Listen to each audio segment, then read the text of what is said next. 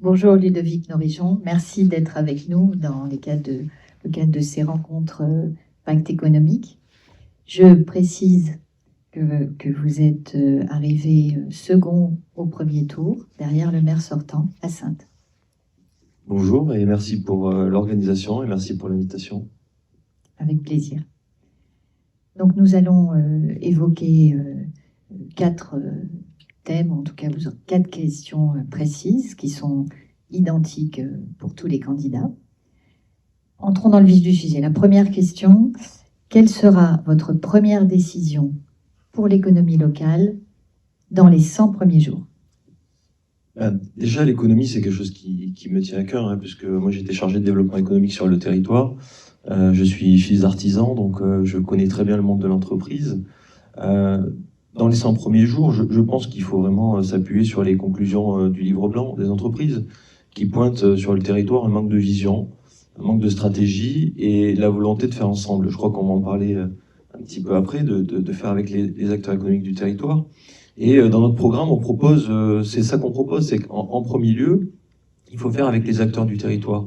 Donc faire une commission mixte. Moi, je travaille dans la filière du cognac et on a l'habitude de travailler en commission mixte, c'est-à-dire à la fois avec une représentation d'un organe qui représente le négoce et un organe qui représente la famille de la viticulture, comme on dit, et avec une présidence alternée.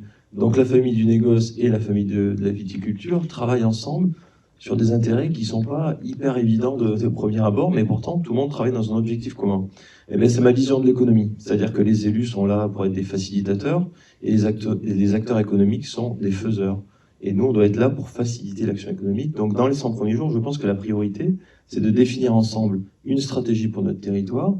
Est-ce qu'on pousse une filière plus qu'une autre? Est-ce qu'on remet la main sur notre foncier? Et cette commission doit être mixte, avec la représentation de tous les acteurs du territoire. Quand je dis les acteurs du territoire, il y a bien sûr les entreprises, et c'est aussi les gros employeurs. Et il n'y a pas que les employeurs privés. L'hôpital est l'employeur du territoire. Il y a aussi la coopérative qui est présente sur notre territoire. Donc, les 100 premiers jours, c'est remettre du mouvement pour cette ville, pour ce territoire, qui a des ressources incroyables. On a un axe ferroviaire, un axe routier, on a le fleuve, on a une richesse patrimoniale incroyable. Donc, il faut remettre du mouvement, et ce mouvement, il se fera qu'ensemble. Si on compte que sur les élus pour avoir une idée brillantissime et ramener une industrie qui va créer 800, 1000, 2000 emplois, pour ma part, je n'y crois pas. Mon expérience économique montre que ça se fait pas sur un territoire comme ça. On n'est pas à Cognac, on n'est pas à Rochefort. Mais par contre, on doit travailler ensemble pour pouvoir avancer. Voilà. Et puis, il y a un enjeu sur l'économie locale. Alors, je sais pas si on y revient après ou si je continue de dérouler. Vous m'arrêtez, vous me faites signe quand je parle trop, mais il y a un enjeu sur l'économie locale. Je pense qu'on travaille pas assez avec nos entreprises. Je vous donne juste un exemple. Sur l'alimentation de nos écoles, sur le mandat, il y avait eu une association de producteurs locaux sur notre agriculture qui s'est organisée pour répondre à notre marché et in fine, ils n'ont pas été retenus. Donc tout ça, c'est du chiffre d'affaires en moins qui retombe sur notre territoire. On peut parler des imprimeries. Il reste une imprimerie sur Saintes. Nos collectivités ne travaillent pas assez avec cette imprimerie. Des exemples, on pourrait citer tout plein. Mais avant tout, le rôle de la collectivité, c'est de travailler avec ces entreprises dans sa vision et de travailler avec eux sur leur cœur d'activité. C'est à chaque fois, chaque euro de la sphère publique qui est travaillé avec nos entreprises, c'est des euros qui retombent sur le territoire et qui créent de l'emploi, qui créent de la dynamique. Voilà. Merci. Donc effectivement, nous allons revenir sur les différentes dimensions et thématiques du pacte économique. Donc, dans le cadre de ces thématiques qui sont la mobilité, le logement, le foncier d'entreprise et la fiscalité, quels engagements vous prenez devant les entreprises à aujourd'hui? Sur le logement et la fiscalité? Ou la fiscalité d'abord? Comme vous voulez. Donc bon. On a logement, mobilité, logement, fiscalité. D'accord, ok. Et foncier. Je pars directement sur la fiscalité, comme ça permet d'écarter le fait qu'on n'a pas prévu d'augmenter les impôts. Donc ça, j'écarte la question et comme ça c'est fait. C'est souvent utilisé à notre insu, donc je le dis, pas d'augmentation d'impôts. Puis on aime bien taper la gauche là-dessus, donc voilà. Ludovic Norijon va augmenter les impôts, non, on n'est pas dans cette stratégie-là. Le logement, et puis encore une fois, les impôts, c'est un peu réducteur de dire tiens, ressources égale impôt. C'est pas du tout ma vision des choses. Si on remet les choses en mouvement, comme on disait tout à l'heure, investir de l'argent public, remettre de l'emploi, remettre du mouvement, en fait, les ressources arrivent par là et pas justement par activer un levier. C'est un petit commentaire à part. Ensuite, le logement, pour moi, c'est la porte d'entrée de l'attractivité sur le territoire. Si on n'est pas en capacité d'accueillir des familles, si on n'est pas en capacité d'accueillir des actifs, si on n'est pas en capacité d'accueillir des médecins, si on n'est pas en capacité de loger nos jeunes, nos seniors qui ont besoin de logements souvent adaptés, de faire de l'intergénérationnel, on loupe une flèche à notre arc. Donc clairement, le logement, pour nous, il y a une volonté dans notre programme de développer le logement. Je vous donne juste un exemple, le Ferrocampus, qui est un projet qui est très important pour le territoire, qui est porté par la région Nouvelle-Aquitaine. Alain Rousset nous soutient par ailleurs. C'est un projet qui est déterminant pour l'avenir de notre territoire, qui va accueillir de nombreux jeunes, et le quartier n'est pas en capacité d'accueillir ces jeunes en termes de logement.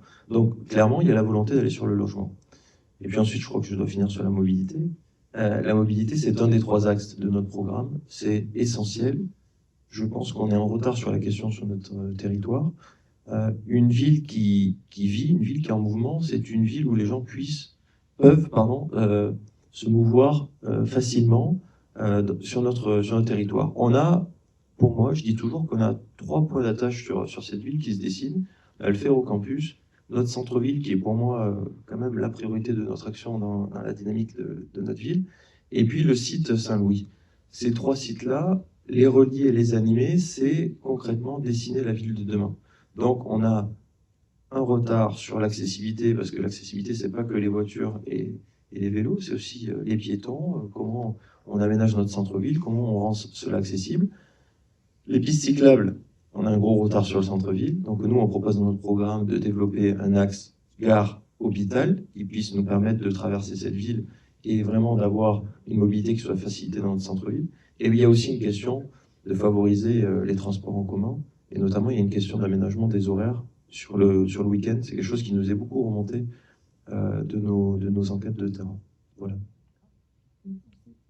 Et le foncier. Le foncier, alors, foncier d'entreprise ou foncier d'entreprise. Donc sur le foncier d'entreprise, pour moi, ça c'est une thématique qui doit être gérée par l'outil de l'agglomération. D'ailleurs, j'en reviens au logement en 2 secondes sur l'accompagnement. Pour ça, on a quand même la CEMIS, qui est le bras armé sur le territoire. Il faut que le maire de la ville-centre soit présent à la CEMIS. Le maire actuel a lâché la présidence de la CEMIS pendant le mandat. Je pense que c'est une erreur majeure quand on veut être à la stratégie sur ce point-là. Je reviens au foncier d'entreprise, puisque dans mon parcours, mes tout débuts, j'avais pour mission de créer une pépinière hôtel d'entreprise sur le territoire du Blayais, donc c'est quelque chose que je connais bien. Il faut remettre la main sur le foncier d'entreprise, ça se fait par l'agglomération. Effectivement, quand on remet en place une stratégie, le 2e étage de la fusée, c'est pouvoir maîtriser son foncier. Si on n'est pas capable d'accueillir effectivement nos entreprises, de ne pas avoir de foncier, de ne pas avoir de locatif d'entreprise, effectivement, c'est effectivement un trou dans la raquette. Donc aujourd'hui, on a très peu de possibilités, donc il faut vraiment remettre en place une stratégie là-dessus. Sur la ville-centre, je pense qu'il faut développer, on a un petit hôtel d'entreprise sur la zone des Coteaux, mais qui est modeste, on va dire ça comme ça. Et puis après, il y a une stratégie aussi sur l'agglo, parce que je pense que les élus aussi, si on veut amener une dynamique à l'échelle de l'agglo, il faut que ça soit pour toute l'agglo. Si c'est tout pour la ville-centre, ça marche un peu moins bien généralement. Puis en plus, on n'a pas la capacité foncière sur du centre-ville de remettre la main sur tout le foncier. Par contre, si on parle de foncier, il faut qu'on parle de centre-ville. Et le centre-ville, demain, ça doit être la priorité. Je pense qu'on a bien développé les zones d'activité sur les derniers temps. Le Roi Merlin, tout le monde était pour que ça s'installe, c'était une priorité, c'est de l'emploi, c'est bien où il est. Par contre, il y a une vraie stratégie de centre-ville. Quand je dis centre-ville, rive gauche, mais aussi rive droite. Merci. On va revenir sur la coopération avec les entreprises, justement. Est-ce que vous êtes prêt à mettre en place une instance d'écoute de la voix des entreprises, donc de coopération, ou un conseil économique territorial qui permettrait d'associer véritablement les entreprises? aux décisions stratégiques? Quelque chose de régulier et de concret? Et ma réponse est oui. Alors, je vais développer un petit peu, mais je l'ai dit en introduction, c'est clair. Si on ne fait pas ça, ça ne marche pas. Donc, moi, ma culture économique, c'est celle-ci. Si on ne fait pas ça, ça ne marchera pas. C'est ce que pointe le livre blanc. Moi, je l'ai inscrit dans mon programme mot pour mot, créer une commission mixte, élus et acteurs économiques, pour définir ensemble les orientations à la feuille de route du territoire sur les 15 prochaines années. Je ne peux pas être plus clair que ça là-dessus. Et je vous l'ai dit, c'est ma culture économique, c'est ce que je fais au quotidien dans la filière du cognac. Je ne vois pas comment on peut faire sans les acteurs économiques. Je ne vois pas comment on peut croire que les élus sont touchés par la grâce et vont tout faire de bout en bout. Alors j'ai peut-être une approche qui est modeste sur le rôle des élus, mais les élus, encore une fois, sont là pour défendre des dossiers, les impulser et être facilitateurs et faire avec vous. Mais en aucun cas, on peut faire tout seul. Donc l'engagement, il est clair, c'est dès le début mettre en place ce type de commission. On l'appelle comme on veut, peu importe. Mais l'important, c'est que les acteurs soient représentés et qu'on avance ensemble sur les stratégies. Merci. Dernière question, différenciante, j'espère.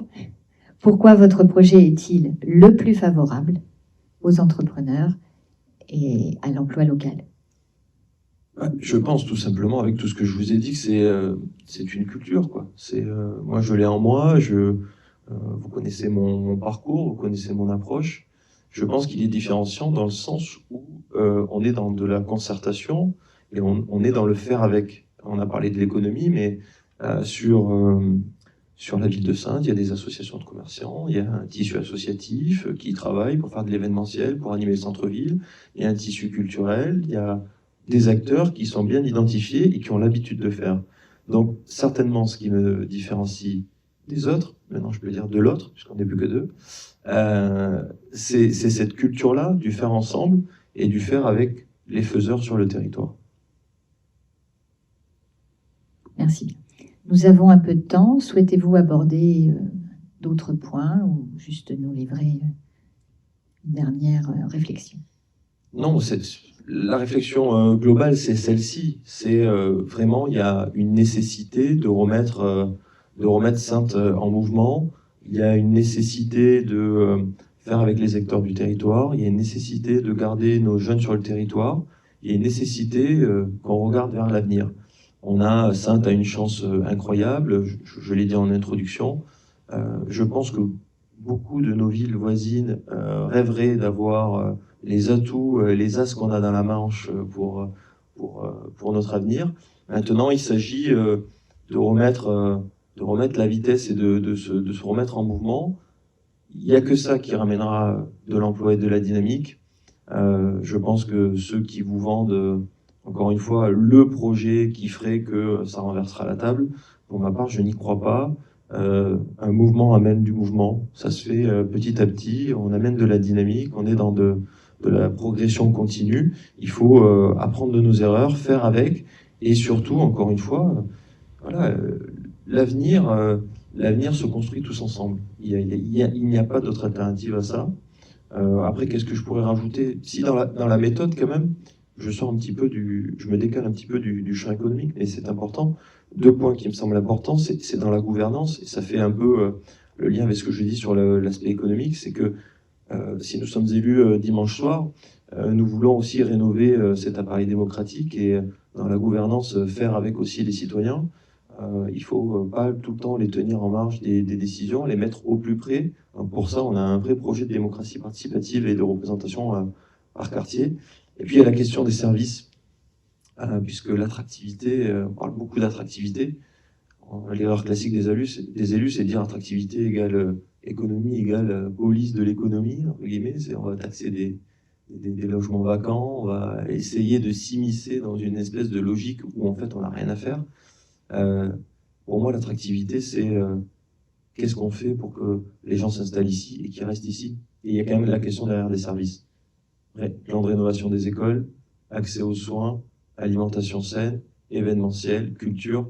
Si on n'a pas ces axes-là, c'est quand même compliqué. Je tire le trait au maximum, mais quand on est un petit village où quand il ne se passe plus rien, vous avez beau taxer autant que vous voulez les logements qui sont vacants. S'il n'y a pas de flux, s'il n'y a pas d'événementiel, s'il n'y a pas d'activité, s'il n'y a pas de mouvement, excusez-moi, mais ça ne sert absolument à rien. Donc nous, notre rôle, c'est d'être facilitateur et de faire en sorte qu'il y ait du flux. Moi, je suis fils d'artisan, j'ai travaillé à la chambre de métier, on m'a toujours appris que un boulanger, pour qu'il marche, il faut qu'il y ait du flux qui passe devant sa vitrine. Donc nous, notre rôle, c'est de faire en sorte qu'il y ait du monde qui passe devant. Après, l'économique s'occupe du business. Merci beaucoup. Bonne continuation. Merci à vous, merci pour l'invitation et merci pour la matinée.